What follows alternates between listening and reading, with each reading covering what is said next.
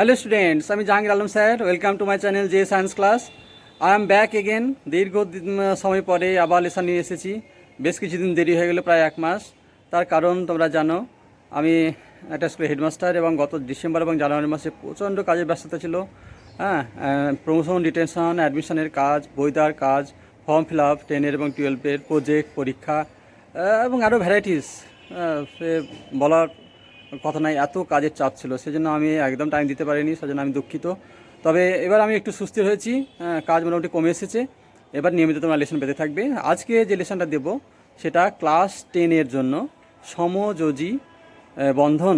আমরা এর আগের লেসনে দেখেছি তড়িৎযোজী বন্ধন বা আয়নিক বন্ধন, আয়নিক যৌগ সম্বন্ধে পড়েছি। আজকে পড়াবো সমযোজী যৌগ সম্বন্ধে। সমযোজী বন্ধন কীভাবে তৈরি হয়, যে লুইস ডট স্ট্রাকচার বলা হয় সমযোজী বন্ধন কে, সেইগুলো কিভাবে করা হয় সেটা দেখা। ইতিমধ্যে গত 1 মাসে অনেক ঘটনা ঘটে গিয়েছে। হ্যাঁ, তোমরা জানো নিশ্চয় যে স্কুলে ক্লাস এখনো শুরু হয়নি, কিন্তু অনলাইন ক্লাসের উপর সরকার যথেষ্ট জোর দিচ্ছে। সেই জন্য ক্লাস 12-এর সমস্ত স্টুডেন্ট, প্রায় 9 লক্ষ স্টুডেন্টকে ট্যাব কেনার জন্য 10,000 টাকা করে দিয়ে দেওয়া হয়েছে। ইতিমধ্যে তারা অ্যাকাউন্টে টাকাটা পেয়েও গিয়েছে এবং অনেকে কিনেও ফেলেছে। তো অনলাইন ক্লাসের জন্য তারা এটা কাজে লাগাতে পারবে। সেহেতু অনলাইন ক্লাসের গুরুত্ব খুব বেশি বেড়ে যাচ্ছে। যে করোনা আবহাওয়ায় করোনার ভ্যাকসিন এসে গিয়েছে, ভ্যাকসিন দেওয়া শুরু হয়েছে, কিন্তু এখনও স্কুল খোলার কোনো পরিকল্পনা, আমাদের অফিসিয়াল কোনো নিউজ নেই। শোনা যাচ্ছে ফেসবুকে এবং শুনতে পাচ্ছি আশপাশে যে ফেব্রুয়ারিতে হয়তো ক্লাস শুরু হবে, সিনিয়র ক্লাসগুলো। 5 to 8 জুনিয়র ক্লাসগুলো শুরু হওয়ার এখনও কোনো খবর নেই। সিনিয়র ক্লাসগুলো হয়তো শুরু হবে, কারণ প্র্যাকটিক্যাল ক্লাসগুলো না করালে প্র্যাকটিক্যাল পরীক্ষা নেওয়া সম্ভব হবে না। এদিকে তোমরা সবাই নিশ্চয় জানো 1 জুন থেকে মাধ্যমিক এবং 15 জুন থেকে উচ্চ মাধ্যমিক পরীক্ষা হবে। সেটা নর্মালভাবেই হবে, অন্য স্কুলে গিয়ে সেন্টার হবে। তবে সেন্টার অনেক বেড়ে গিয়েছে, ছোটো ছোটো সেন্টার হবে, অর্থাৎ একটা সেন্টারে 200-র বেশি স্টুডেন্ট হবে না, কিন্তু অন্য স্কুলে গিয়ে পরীক্ষা বসে লিখে পরীক্ষা দিতে হবে। অনেকে আমাকে জিজ্ঞেস করছিল যে স্যার অনলাইনে পরীক্ষা হবে নাকি। না, মাধ্যমিক এবং উচ্চ মাধ্যমিক অনলাইনে হবে না, ওটা লিখিত পরীক্ষা হবে, বসে লিখে পরীক্ষা দিতে হবে। সেটা যেমন অন্যান্য বছর হয়ে থাকে, অন্য স্কুলে সেন্টার পড়বে। তবে এবার সেন্টার অনেক বেশি হবে, ছোটো ছোটো 200 করে স্টুডেন্ট বসবে একটা স্কুলে। তো যাই হোক, সে দেরি আছে, আমরা আমাদের চ্যানেলে ফিরে আসি। আজকের যে লেসনটা দেবো সেটা হচ্ছে সমযোজী যৌগ কিভাবে গঠিত হয়। হ্যালো স্টুডেন্টস, তাহলে আবার ক্লাস শুরু হচ্ছে। দেখো, আজকের ক্লাসটা হচ্ছে সমযোজী যৌগ নিয়ে। হ্যাঁ, হেডিংটা দেখো রয়েছে আয়নিক অ্যান্ড কোভ্যালেন্ট বন্ডিং, আয়নীয় এবং সমযোজী বন্ধন। কিন্তু আয়নীয় এবং আয়নিক যৌগ সম্বন্ধে আমরা আগের লেসনে পড়েছি, সেজন্য আজকে হবে শুধু সমযোজী বন্ধন। কিন্তু সমযোজী বন্ধন বা সমযোজী যৌগ সম্বন্ধে জানতে গেলে প্রথমে যেটা ক্লিয়ার হওয়া দরকার সেটা হচ্ছে যে আয়নিক যৌগের সঙ্গে এদের পার্থক্য কী। হ্যাঁ, সেজন্য আমি প্রথমেই তুলনাটাকে করে নেব, তারপরে সমযোজী যৌগ এবং সমযোজী বন্ধন কীভাবে গঠিত হয় স্ট্রাকচার আমি চিত্র অঙ্কন করে বুঝিয়ে দেব। তো তার আগে আমরা এটা জেনে নেওয়াটা ভালো হবে। দেখো, আয়নীয় যৌগ এবং সমযোজী যৌগের তুলনা দেখতে পাচ্ছ, আয়নীয় যৌগ এবং সমযোজী যৌগের তুলনা। তো 4টে ক্যাটাগরিতে আমরা এটা জেনে নেব। দেখো, ভৌত অবস্থা, গলনাঙ্ক, স্ফুটনাঙ্ক, দ্রাব্যতা এবং তড়িৎ পরিবাহিতা। তো প্রথমেই ভৌত অবস্থা। তো তোমরা জানো যে আয়নীয় যৌগগুলো সাধারণ স্বাভাবিক চাপে এবং তাপমাত্রায় কঠিন হয় বেশিরভাগ ক্ষেত্রে, যেমন খাদ্য লবণ কঠিন। হ্যাঁ, আর সমযোজী যৌগগুলো বেশিরভাগ ক্ষেত্রে মানে স্বাভাবিক তাপ এবং তাপমাত্রায় তোমার তরল হতে পারে, গ্যাসও হতে পারে, আবার নরম কঠিন হতে পারে, কঠিনও হতে পারে কিন্তু নরম, একদম শক্ত কিছু হবে না। হ্যাঁ, যেমন এখানে দেখো, এটাকে নরম কঠিন মানে সফট সলিড বলা হয়। যেমন ধরো ন্যাপথালিন, নরম, শক্ত কিন্তু নরম, কিন্তু এটা আয়নীয় যৌগ নয়, এটা সমযোজী যৌগ। তবে চিনি, তোমরা সবাই প্রতিদিন খাও চিনি, এটা নরম, তাই না, খুব একটা শক্ত নয়, গুঁড়ো হয়ে যায়। তো তুমি দেখো, চিনিটাও সফট সলিড, কিন্তু এটা তরল এবং গ্যাসীয় হতে পারে। সমযোজী যৌগ তোমার ক্লোরোফর্ম তরল হয়, হ্যাঁ, ক্লোরোফর্ম এটা তরল হয়। আর গ্যাসীয় সমযোজী যৌগের উদাহরণ হচ্ছে মিথেন, প্রচুর আছে, আমি এখানে মাত্র 3টে বলছি। মিথেন, তো তার কারণটা কি, এর যে সমযোজী যৌগর ক্ষেত্রে অণুগুলো যারা আর কি গঠন করে, বন্ডিং গঠন করে যৌগটা গঠন করে, তারা কিন্তু দূরে দূরে থাকে, তাদের মধ্যে আকর্ষণ বল খুব মারাত্মক হয় না, প্রবল হয় না, সেই জন্য একটু দূরে দূরে থাকে বলে তারা তরল এবং গ্যাসীয় হতে পারে এবং সফট সলিড হতে পারে। আর আয়নিক যৌগের ক্ষেত্রে অণুগুলো খুবই কাছাকাছি থাকে এবং তাদের মধ্যে আকর্ষণ মারাত্মক, প্রচণ্ড ম্যাক্সিমাম আকর্ষণ থাকে, অণুগুলোর পারস্পরিক আকর্ষণ প্রবল, সেই জন্য তারা খুব কাছে চলে আসে এবং শক্ত হয় এবং একটা ফিজিক্যাল অর্থাৎ জ্যামিতিক ফিগার তৈরি করে এবং সেই জন্য তারা সলিড, শক্ত, খুব শক্ত। তো যেহেতু এই একই কারণে তোমার গলনাঙ্ক এবং স্ফুটনাঙ্কর মধ্যেও সেটা বুঝতে পারবে যে কঠিন যারা তাদের গলনাঙ্ক অর্থাৎ তাদেরকে গলাতে তাপ দিয়ে গলাতে অনেক বেশি তোমাকে তাপ দিতে হবে, হ্যাঁ, সেজন্য গলনাঙ্ক উচ্চ হয় এবং স্ফুটনাঙ্কও উচ্চ হয়। গলিয়ে তরল করা এবং তরল থেকে তাদেরকে বাষ্প করা খুব কঠিন কাজ, অর্থাৎ প্রচণ্ড তাপ দিতে হয়।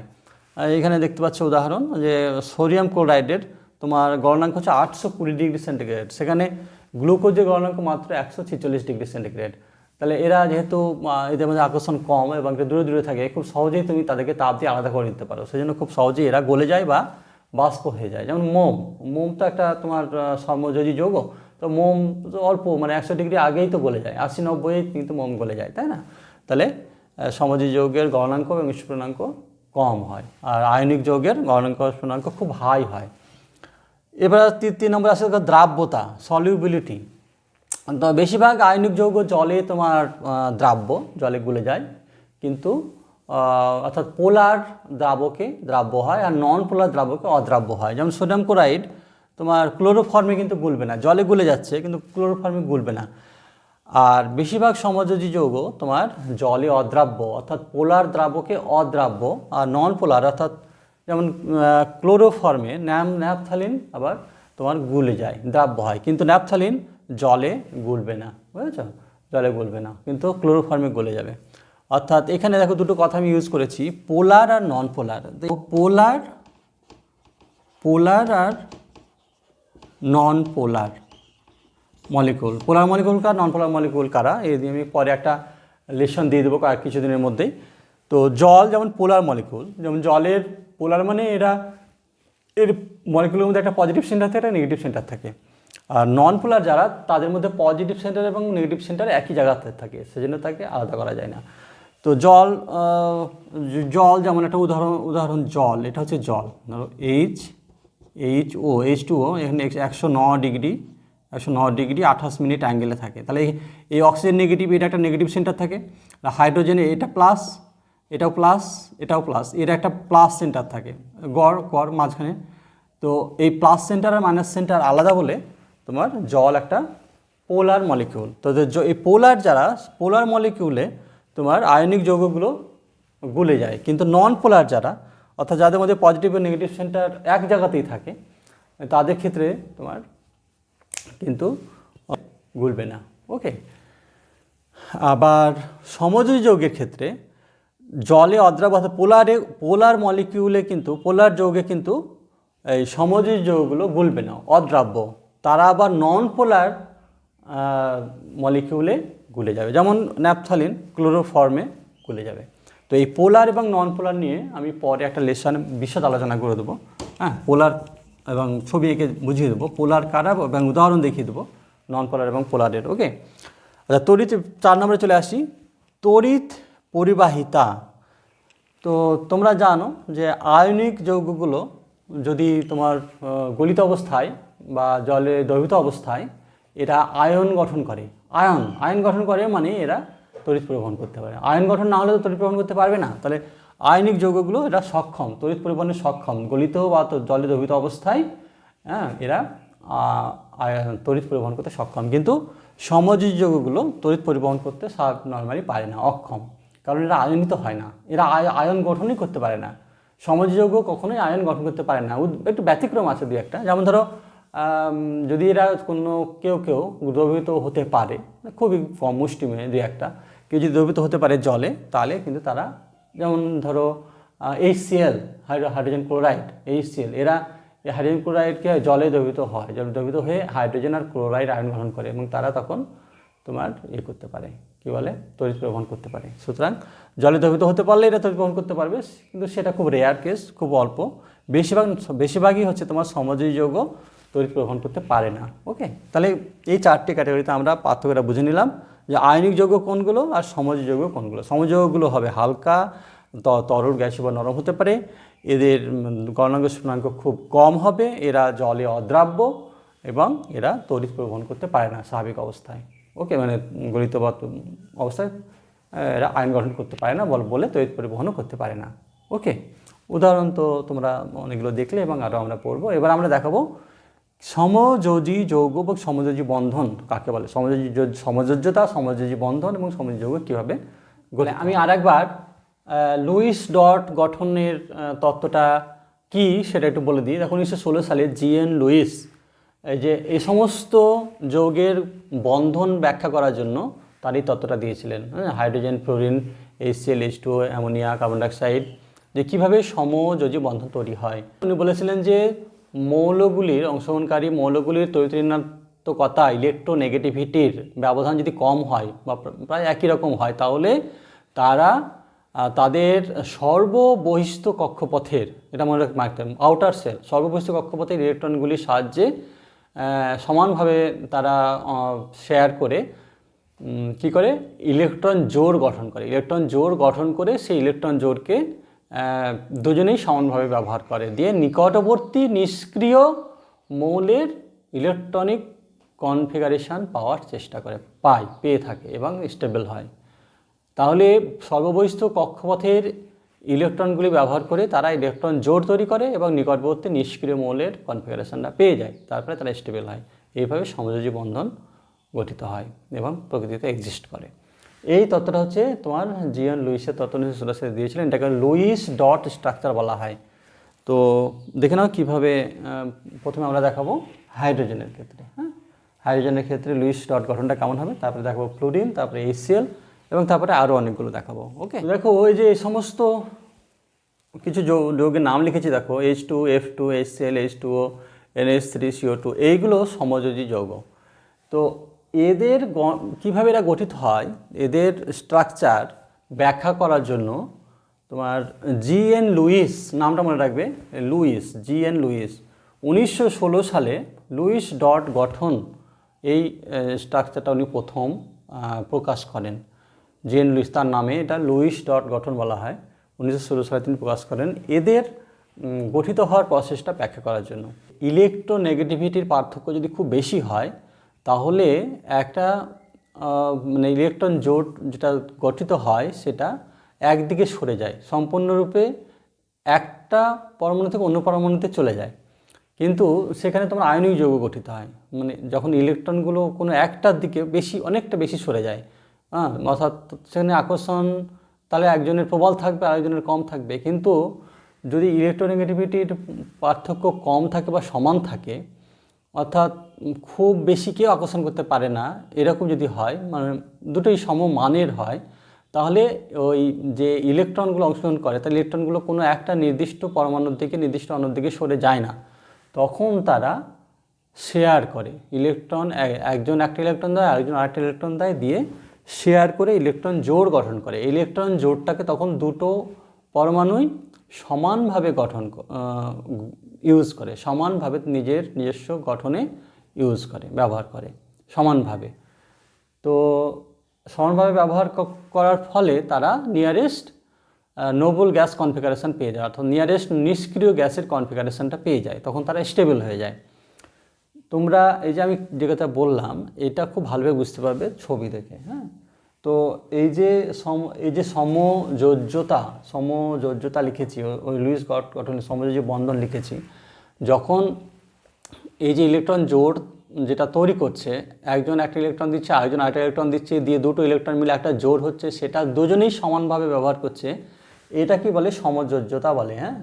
এই বন্ডিংটাকে বলে সমযোজী বন্ধন, কোভ্যালেন্ট বন্ড। কোনো একটা নির্দিষ্ট একজনের দিকে সরে যাচ্ছে না, দুজনেই সমানভাবে তাকে ব্যবহার করছে, সেজন্য এটা সমযোজী বন্ধন। আর এইটা ব্যাখ্যা করার জন্য জিএন লুইস তোমার লুইস ডট স্ট্রাকচার দিয়েছেন।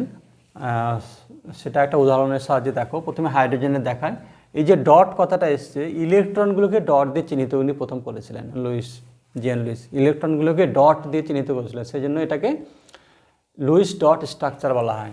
যেমন ধরো হাইড্রোজেনের সমযোজী বন্ধন যদি দেখাতে বলে, কিভাবে দেখাবে? আমরা জানি হাইড্রোজেনের তোমার একটা ইলেকট্রন, তাহলে এই যে এখানে না লিখে আমি ডট দিলাম, যে লুইস ডট স্ট্রাকচার। এই যে ডট দেওয়া হচ্ছে ইলেকট্রনের বদলে, সেজন্য এটা এই থিওরিটাকে বলা হয় লুইস ডট গঠন। এই পদ্ধতিটাকে। আচ্ছা, এখানে আর একটা হাইড্রোজেন, দেখো দুটো হাইড্রোজেন আছে H2-তে, তাহলে আমরা জানি হাইড্রোজেনের একটা ইলেকট্রন, বাইরের কক্ষপথে একটা ইলেকট্রন, তাহলে আর একটা ইলেকট্রন, দুটো হাইড্রোজেন, এই যে দুটো হাইড্রোজেনের দুটো ইলেকট্রন এ আর এই ইলেকট্রন, হ্যাঁ, এরা সব বহিস্থ একটাই কক্ষপথ, তাহলে এটা সব বহিস্থ কক্ষপথে ইলেকট্রন হচ্ছে। হ্যাঁ, এই দুটো মিলে তোমার কি তৈরি হবে, একটা বন্ডিং, একটা জোড় গঠন করবে। হ্যাঁ, ধরো এই হাইড্রোজেন, হ্যাঁ, এ একটা দিল, এ একটা দিল, দিয়ে এই জোড় গঠন করলো। হ্যাঁ,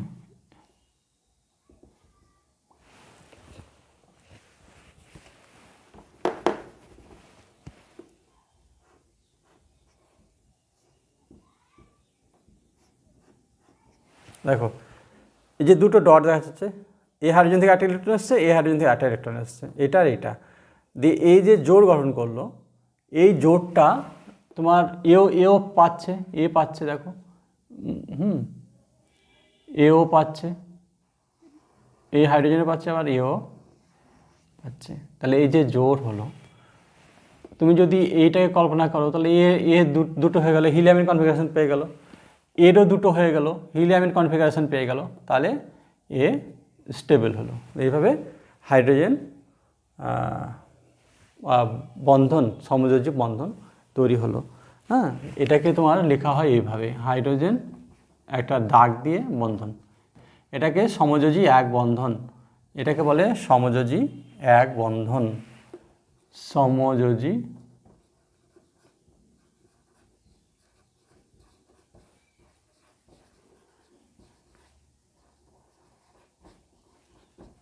সমযোজী এক বন্ধন বলে। ফ্রেন্ড, এবারে দেখো আমরা দেখাবো ফ্লুরিনের লুইস ডট স্ট্রাকচার। এখন দেখো আমরা ফ্লুরিনের যে সমযোজী বন্ধন কেমন হবে সেটা দেখাবো। ফ্লুরিন, তোমরা জানো ফ্লুরিনে মোট ইলেকট্রন সংখ্যা 9, তাহলে 2 এবং 7, প্রথম কক্ষপথে 2 এবং আউটার সেল যেটা সর্বশেষ কক্ষপথে থাকবে 7টা। তো ফ্লুরিন 7টা মানে ধরো 1 2 3 4 5 6 7, এর সঙ্গে আর একটা ফ্লুরিন 1 2 3 4 5 6 7, তাহলে দেখো এরও 7 এরও 7, এই যে ডট ডট এগুলো হচ্ছে তোমার লুইস ডট, এগুলো বলে লুইসের জন্য এটাকে লুইস ডট স্ট্রাকচার বলা হচ্ছে। তো এটা এই যে সিঙ্গেল ইলেকট্রন আর এই সিঙ্গেল ইলেকট্রন এরা জোড় গঠন করে, বন্ধন গঠন করে, এটা হচ্ছে সমযোজী বন্ধন। হ্যাঁ, মানে এও শেয়ার করে, এও শেয়ার করে, দিয়ে ওই দুটো ইলেকট্রনকে সমানভাবে ওরা ব্যবহার করে, তাহলে দুজনেরই 8 হয়ে যাবে। দেখো কীরকমভাবে হবে 8, তোমার এফ এ একটা দিল আর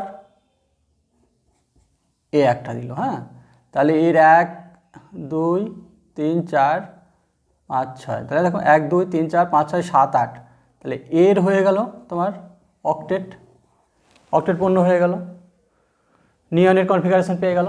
এরও তেমনি এ একটা দিয়েছে, ওখান থেকে একটা নিয়েছে, আর এর কাছে অলরেডি এদিকে আছে 1 2 4 5 6 7 আর 1 8, তাহলে এরও 8টা হয়ে গেল। দেখো তাহলে এইরকমভাবে, তাহলে এইখানে একটা দেখো এরা একটা বন্ধন গঠন করলো ফ্লুরিন, এভাবে ফ্লুরিন অণু তৈরি হলো।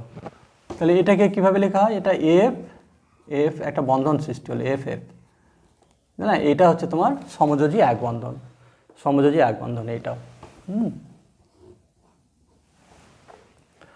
তো এইভাবে আমরা ফ্লুরিনের সমযোজী বন্ধন, যদি বলে লুইস ডট স্ট্রাকচার দেখাও ফ্লুরিনে, তাহলে এইটুকু দেখাতে হবে। এরপরে নেক্সট আমরা চলে আসি তোমার HCl এ। HCl এর সমযোজী বন্ধন কেমন হবে? তো HCl এ হাইড্রোজেন ক্লোরাইড, তোমরা অলরেডি এটা জানো, হাইড্রোজেনের তোমার একটা ইলেকট্রন, হাইড্রোজেনের একটাই ইলেকট্রন, তাহলে হাইড্রোজেনের 1, আর ক্লোরিনের তোমরা জানো 17টা ক্লোরিন 17টা, মানে তোমার 2 8 এবং 7, তাহলে ক্লোরিন 2 8 7, প্রথম কক্ষপথে 2, দ্বিতীয় কক্ষপথে 8 এবং তৃতীয় কক্ষপথে 7টা। তো আমরা সর্বশেষ কক্ষপথ তৃতীয় কক্ষপথটাকে দেখাবো এখানে। তৃতীয় কক্ষপথে ইলেকট্রনগুলো কেমন থাকবে, 1টা 2টো 3টে 4টে 5টা 6টা 7টা।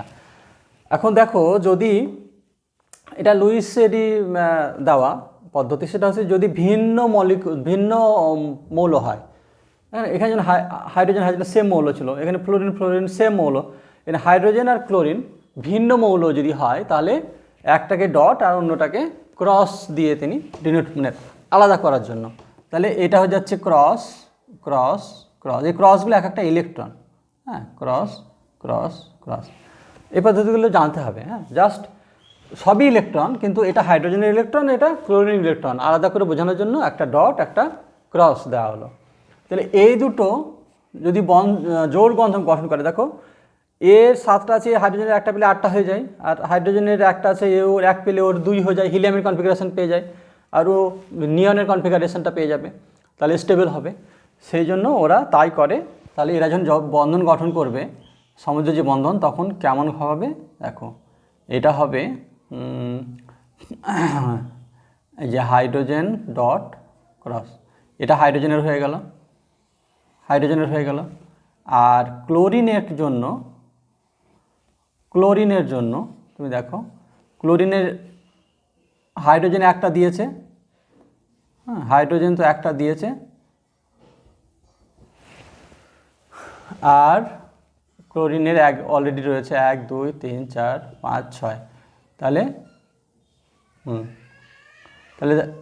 1 2 3 4 5 6, এই 6 আর একে 7টা ক্লোরিন থেকে এসে, একটা হাইড্রোজেন থেকে এসছে, দিয়ে এও ওর সমানভাবে হাইড্রোজেনের ইলেকট্রনটাকেও ও ইউজ করছে, তাহলে ওর 8 হয়ে গেল, আর হাইড্রোজেনের এদিকে 2 হয়ে গেল। তাহলে এরা সমযোজী বন্ধন গঠন করেছে। এটাকে এইভাবে লেখা হয় HCl। হ্যাঁ, এটা সমযোজী এক বন্ধন।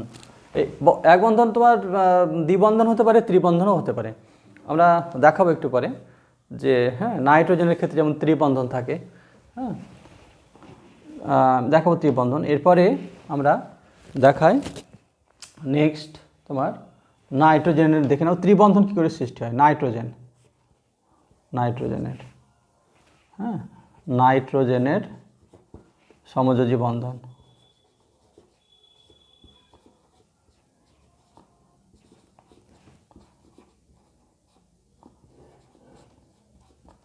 নাইট্রোজেনের তোমার দেখো, নাইট্রোজেন প্লাস নাইট্রোজেন। প্রথমে তোমাকে ইলেকট্রনের সংখ্যা জানতে হবে। নাইট্রোজেন সর্বশেষ কক্ষপথে ইলেকট্রন সংখ্যা তোমরা জানো 5 থাকে, 5। হ্যাঁ, তাহলে 5টা ইলেকট্রনকে তোমাকে 8 বানাতে হবে। কী করে 8 বানাবে দেখো, নাইট্রোজেনের দুটো দিকে থেকে গেল, 1 2 3, 3 আর 2 5, এদেরও তোমার 1 2 3 আর এখানে দুটো, তাহলে এরও 5। এখন দেখো, এই 5টার সঙ্গে যদি এই 3টে মানে এই 5টা ইলেকট্রনটা এই 3টের সঙ্গে যদি এই 3টে ইলেকট্রন জোড় গঠন করে, তাহলে দেখো 5 আর 3 8 হয়ে যায়, তাহলে অক্টেট পূর্ণ হচ্ছে। অক্টেট পূর্ণ হওয়াটাই তো লক্ষ্য। তাহলে তারা এভাবে বন্ধন গঠন করে। কীরকম দেখো, নাইট্রোজেন এরকমভাবে তারা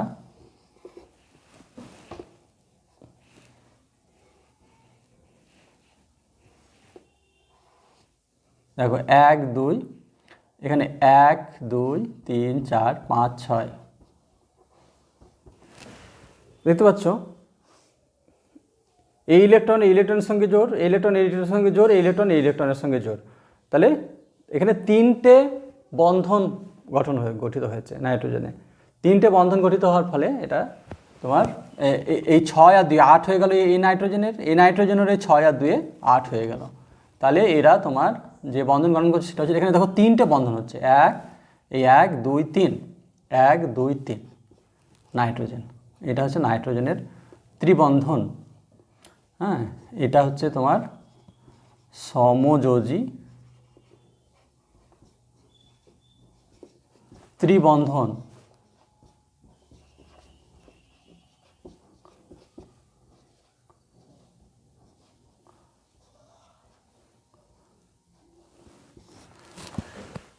সমযোজী ত্রিবন্ধন দেখো স্টুডেন্টস, দেখো আমরা ডাবল বন্ড দেখাবো। ডাবল বন্ড আছে, C2H2 তে আছে। তার আগে তোমাদের বোঝার সুবিধার জন্য CH4 মিথেনের সমযোজী বন্ধনটা দেখে নাও। CH4 মিথেন এর সমযোজী বন্ধন দেখানোর পর আমরা ডাবল বন্ধন আছে, মানে দ্বিযোজী বন্ধন আছে যেটা C2H2, হ্যাঁ, সেটা আমরা দেখাচ্ছি। আর তার আগে CH4টা একবার দেখে নিই। ওকে, দেখো কার্বনের তোমার কনফিগারেশন হচ্ছে 2, 4, অর্থাৎ মোট 6টা ইলেকট্রন, আর হাইড্রোজেনের তো তোমার একটা, হ্যাঁ, এটা আমরা জানি। তাহলে আউটার কক্ষপথে কার্বনের রয়েছে তোমার 4টে ইলেকট্রন, কার্বনের আউটার কক্ষপথে ইলেকট্রন রয়েছে 4টে। তো 4টে ইলেকট্রনকে আমরা লিখতে পারি এ একটা ইলেকট্রন, এ একটা ইলেকট্রন, এ একটা ইলেকট্রন, এ একটা ইলেকট্রন। আর হাইড্রোজেনের একটা ইলেকট্রন থাকে, একে আমরা লিখতে পারি তোমার ক্রস।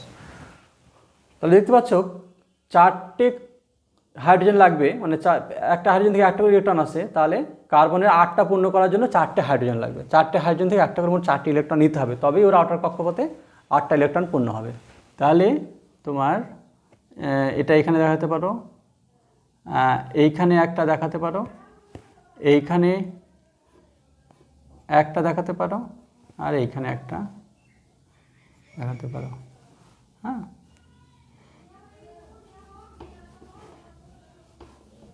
হ্যাঁ, এটা কীভাবে বন্ড গঠন করছে দেখো, তোমার সি, হ্যাঁ, এই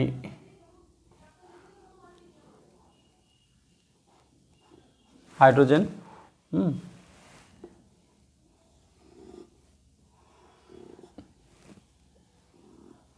এইখানে একটা বন্ড গঠন করছে,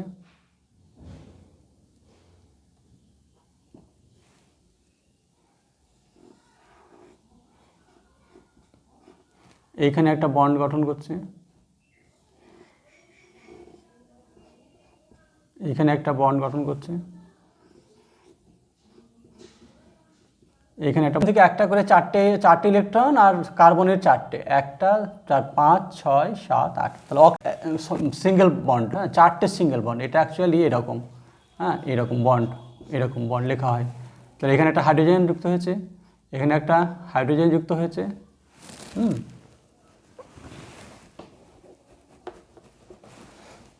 এখানে একটা হাইড্রোজেন যুক্ত হয়েছে, এখানে একটা হাইড্রোজেন যুক্ত হয়েছে, এখানে একটা হাইড্রোজেন যুক্ত হয়েছে। এবার চলে এসছো C2H2 সমযোজী বন্ধন। এখানে ডাবল বন্ড আছে। কিভাবে ডাবল বন্ড তৈরি হয় দেখো, হ্যাঁ, ডাবল বন্ড তৈরি হওয়ার জন্য এখানে C2H2 তোমরা জানো কার্বনের তো মোট 4টে আউটার কক্ষপথে 4টে, ধরো এই 1, 2, 3, মোট 4টে। তো 6টা করার জন্য তোমার কি করে এরা, তোমার হাইড্রোজেন থেকে তো একটা পাবে, একটা হাইড্রোজেন থেকে তোমার একটাই পাবে, ধরো একটা হাইড্রোজেন থেকে একটা পেলো, তাহলে কত হলো 1, 2, 3, 4, 5, তাহলে আরও 3টে লাগবে। আরও 3টে ইলেকট্রন কি করে, ও আর একটা কার্বন থেকে নেয়, এই কার্বন থেকে, ধরো এদিকে আর একটা কার্বন, তাহলে ওরও তো তোমার নিজের 4টে আউটার কক্ষপথে 4টে আছে, তাহলে দেখো 3টেও শেয়ার করছে এই কার্বনের সঙ্গে। একটা কার্বন আর একটা কার্বনের সঙ্গে 3টে করে ইলেকট্রন শেয়ার করলো, তাহলে 6টা হলো, আর একটা ওর নিজের আছে আর একটা হাইড্রোজেন থেকে নিয়ে, তাহলে 6 আর 2, 8। তাহলে এদিকে একটা সিঙ্গেল বন্ড হচ্ছে, আর এখানে দেখো ট্রিপল বন্ড হচ্ছে, এখানে ডাবল বন্ড না, এখানে ট্রিপল বন্ড হচ্ছে C2H2। তাহলে এইখানে আবার এর 1, 2, 3, 4, 5, 6 নিজের একটা 7টা, তাহলে একটা নেবে হাইড্রোজেন থেকে, এদিকে একটা হাইড্রোজেন থেকে নেবে। তাহলে এর বন্ডিংটা কেমন হচ্ছে দেখো, এখানে কিন্তু একটা ট্রিপল বন্ড তৈরি হলো, ট্রিপল বন্ড।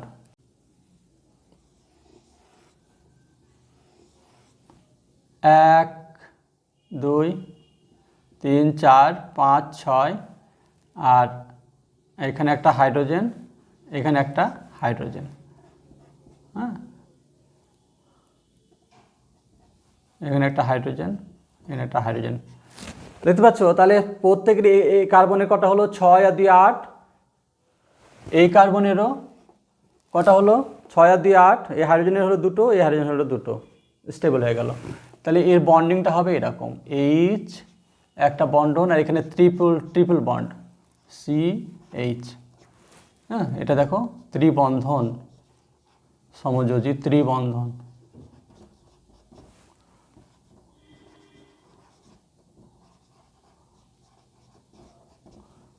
দেখতে পাচ্ছ সমযোজী ত্রিবন্ধন, C2H2 থাকে সমযোজী ত্রিবন্ধন, বুঝতে পেরেছ? এরপরে আমরা দেখাবো একটা ডাবল বন্ড। আচ্ছা জলটা দেখিয়ে নিই, ওয়াটারটা দেখিয়ে নিই। তা ডাবল বন্ড আমি দেখাচ্ছি, ওয়াটারটা দেখে নাও। জল সমযোজী যৌগ। জলটা কীভাবে হয় দেখুন, হাইড্রোজেন আর অক্সিজেন আছে। তো তুমি দেখো হাইড্রোজেনের ধরো একটা, আর অক্সিজেনের 2 এবং 6, আউটার কক্ষপথে 6টা ইলেকট্রন থাকে। তাহলে তোমার দেখো 1 2 3 4 5 6, আর এদিকে একটা হাইড্রোজেন থেকে আসছে 1। এই হাইড্রোজেনেরও 2 হয়ে যাচ্ছে, আর ওরা হ্যাঁ দেখো 1 2 3 4 5 6 7 8, হ্যাঁ সমানভাবে সবাই ব্যবহার করছে। তাহলে এরও 2টো হয়ে গেল, এরও 2টো হয়ে গেল, আর অক্সিজেনের 8 হয়ে গেল। এই বন্ডিংটা কেমন হবে দেখো, বন্ডিংটা এরকম হবে, হ্যাঁ অক্সিজেন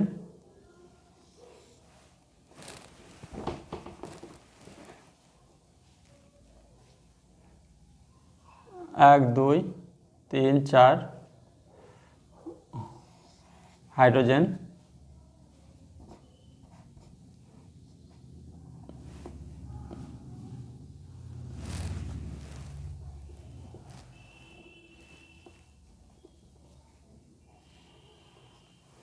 এখানে একটা হাইড্রোজেন,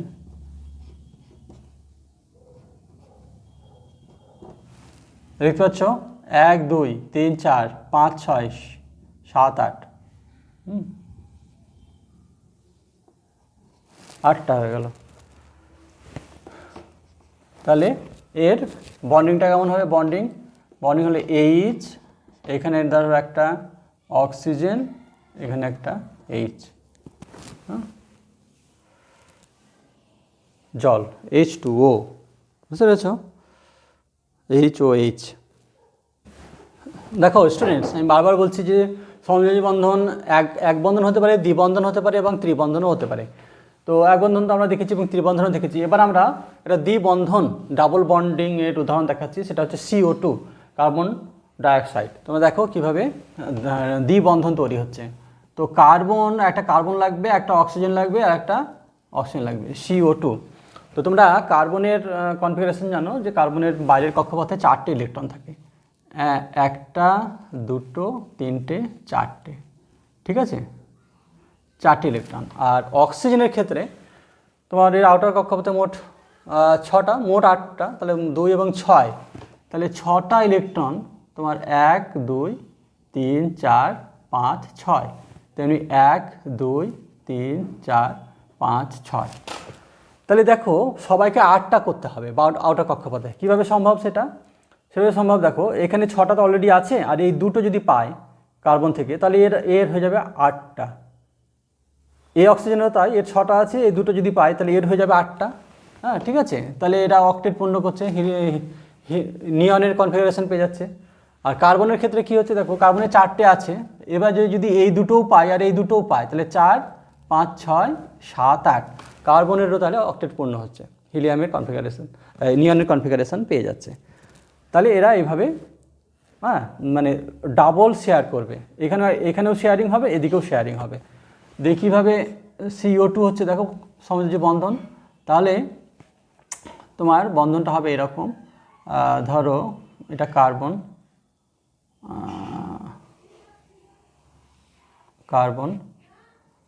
আর এটা অক্সিজেন,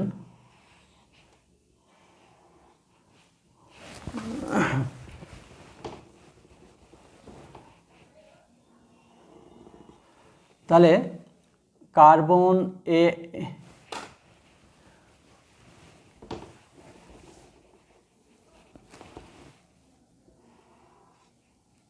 একটু বড় করে আঁকি,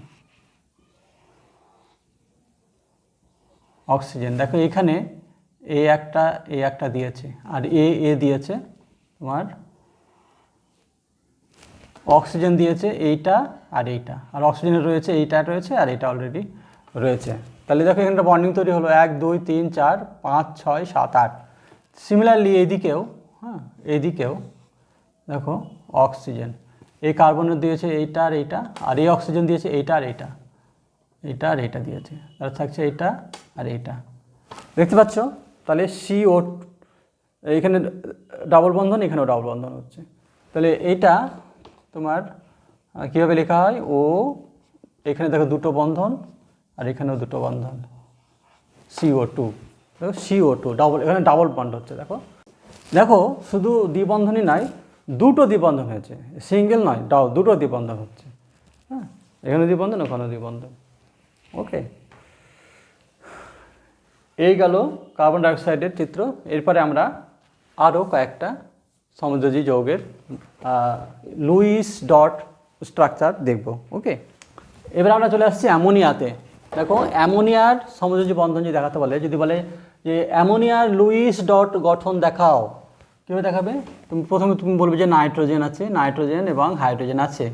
তো নাইট্রোজেনে তোমার 5টা ইলেকট্রন, নাইট্রোজেনের বা আউটার কক্ষপথে 5টা ইলেকট্রন থাকে। ওকে, হ্যাঁ, তাহলে 1 2 3 4 5, আর হাইড্রোজেনের থাকে তোমার একটা ইলেকট্রন। এখন তাহলে দেখো তোমার নাইট্রোজেন 5 থেকে 8 করতে গেলে তোমার আরও তিনটে ইলেকট্রন দরকার, 5 থেকে 8 করতে গেলে। আর হাইড্রোজেনের একটা আছে, আর একটা ইলেকট্রন হলেই হবে। তাহলে এখান থেকে একটা ধারণা করতে পারছো যে নাইট্রোজেনের আরও 3টে হাইড্রোজেনের সঙ্গেও যুক্ত হবে। হ্যাঁ, যোজ্যতা ও 3টে হাইড্রোজেনের সঙ্গে যুক্ত হবে, 3টে হাইড্রোজেন থেকে একটা করে ইলেকট্রনও নেবে। তাহলে কি হবে, কীরকম ফিরে দাঁড়াবে? দেখো নাইট্রোজেন 3টে যদি নেয়, তাহলে ওর 1 2 3 শেয়ার করে দিল। হ্যাঁ, ইলেকট্রনগুলো তুমি এটা এইভাবেও দেখাতে পারো, যে কোনো দিকেই দেখাতে পারো। হ্যাঁ, এখানে একটা দেখালে, এখানে একটা দেখালে, এখানে একটা দেখালে, আর এখানে মোট 5টা ইলেকট্রন, এভাবেও দেখাতে পারো। আর এইখানে দেখো একটা দিল হাইড্রোজেন, এই হাইড্রোজেন দিল, এখানে আর একটা দিল, আর একটা হাইড্রোজেন, এখানে দিল আর একটা হাইড্রোজেন, অর্থাৎ 3টে হাইড্রোজেন, 3খানা হাইড্রোজেন লাগবে।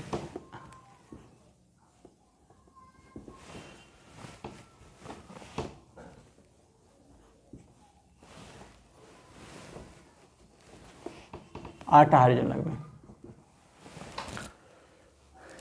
দিয়ে, আর এখানে দুটো ইলেকট্রন ওর অলরেডি আছে। তাহলে এবার দেখো গুণে দেখো 1 2 3 4 5 6 7 8, নাইট্রোজেনের অক্টেট পূর্ণ হয়ে গেল। আর হাইড্রোজেনেরও 1 2, এর দুটো হলো, এর দুটো হলো, হিলিয়ামের কনফিগারেশন। তাহলে এটা স্টেবল হলো। তাহলে এইটা তোমার দাঁড়াচ্ছে, বন্ড গঠন করছে যখন, তখন দাঁড়াচ্ছে N এইখানে একটা হাইড্রোজেন, এখানে একটা হাইড্রোজেন, এখানে একটা হাইড্রোজেন। হ্যাঁ, দেখো H, হ্যাঁ, এখানে দুটো ইলেকট্রনের আছে, এইখানে তোমার হচ্ছে হাইড্রোজেন থেকে একটা, নাইট্রোজেন থেকে একটা, হাইড্রোজেন থেকে একটা, নাইট্রোজেন থেকে একটা, হাইড্রোজেন থেকে একটা, নাইট্রোজেন থেকে একটা। তাহলে তোমার সমযোজী বন্ধন 3খানা সিঙ্গেল বন্ড, 3খানা সিঙ্গেল বন্ড হলো। দেখো এক বন্ধন হলো, 3খানা এক বন্ধন, অর্থাৎ এটা হচ্ছে তোমার HN, অ্যামোনিয়ার গঠন NH3, বুঝতে পেরেছ? দেখো এবার আমরা C2H4 ইথেনের সমযোজী বন্ধন দেখাবো। C2H4, এখানে একটা ডাবল বন্ড আছে, বুঝতে পারবে খুব সহজে। দেখো C2H4, C তোমরা জানো, সির তোমার 1 2 3 4, আর হাইড্রোজেনের তোমার 1। তাহলে 4টে হাইড্রোজেন আর 2টো কার্বন লাগবে। তাহলে C2H4 কীভাবে এটা করা যায়? দেখো প্রথমে দেখো কার্বন 4টে আছে, তাহলে কার্বন 8টা করতে গেলে তোমার আরও 8টা ইলেকট্রন দরকার। তো 8টা ইলেকট্রন কিভাবে পাবে? ও করে কি, দুটো ইলেকট্রন এদিকে দেয়, আর এদিকে 1 2 হ্যাঁ, আর দেয় এখানে আর একটা কার্বনের সঙ্গে ও শেয়ার করে, তাহলে এখানে দুটো ইউজ করলো, তাহলে ওর আরও দুটো থাকলো, এখানে এখানে এখানে একটা থাকলো, এখানে একটা থাকলো, তাহলে কার্বনের 1 2 3 4 নিজের ছিল, অন্য একটা কার্বন থেকে দুটো নিল, দিয়ে এখানে একটা ডাবল বন্ড গঠন করলো।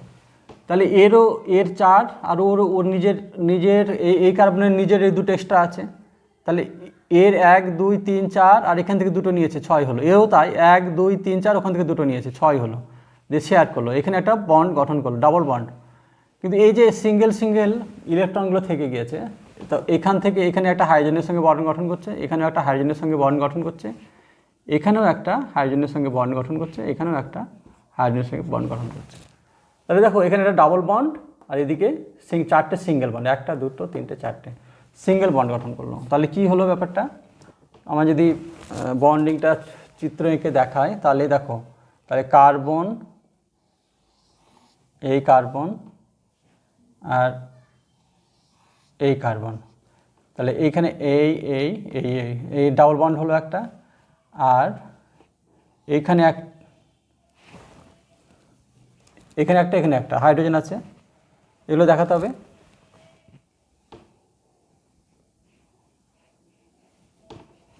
তাহলে দেখো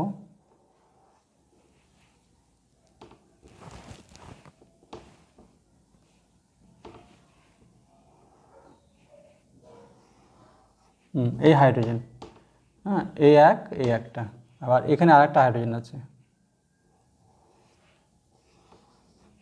এখানে একটা হাইড্রোজেন আছে, এই দেখো 1 2 3 4 5 6 7 8 এই কার্বনের অক্টেট পূর্ণ হয়ে গেল, হাইড্রোজেনেরও দুটো দুটো করে হিরামিন কনফিগারেশন পেয়ে গেল। সিমিলারলি এদিকেও তাই হবে, এদিকেও তাই হবে, এখানে একটা হাইড্রোজেন, এই হলো, আর এখানে আরেকটা হাইড্রোজেন,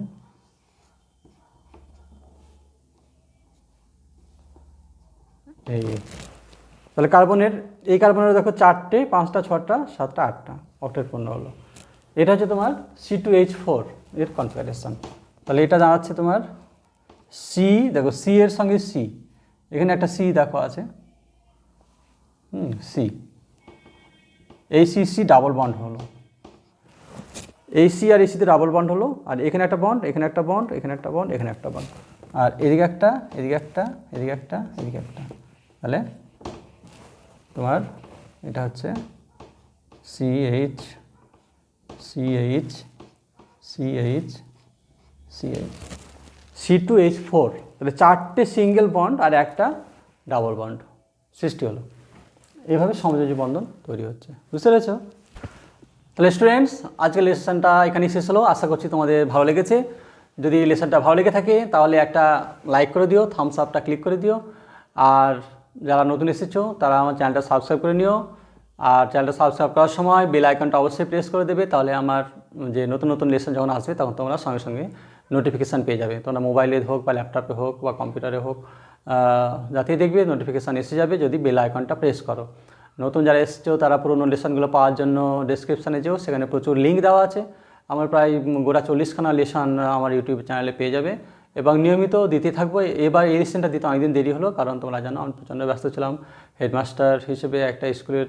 গত ডিসেম্বর এবং জানুয়ারি প্রতিদিন প্রায় যেতে হয়েছে, এবং অজস্র কাজ, অ্যাডমিশন, বই দেওয়া, 11-এর রেজিস্ট্রেশন, 10-এর ফর্ম ফিল আপ, 12-এর ফর্ম ফিল আপ, প্র্যাকটিক্যাল পরীক্ষা নেওয়া, প্রজেক্টের খাতা নেওয়া ইত্যাদি প্রচুর কাজ ছিল, সেজন্য আমি সময় দিতে পারিনি। তবে এখন মোটামুটি একটু সুস্থির রয়েছি এবং নিয়মিত তোমরা লেসন পেতে থাকবে। তো আমার চ্যানেলের সঙ্গে থাকো, চ্যানেলটা যেমন আগে সবাই পছন্দ করেছে, এই লেসনগুলো নিশ্চয়ই তোমাদের পছন্দ হবে। ওকে, নেক্সট লেসন জন্য অপেক্ষা করো। ওকে, থ্যাঙ্কস ফর ওয়াচিং।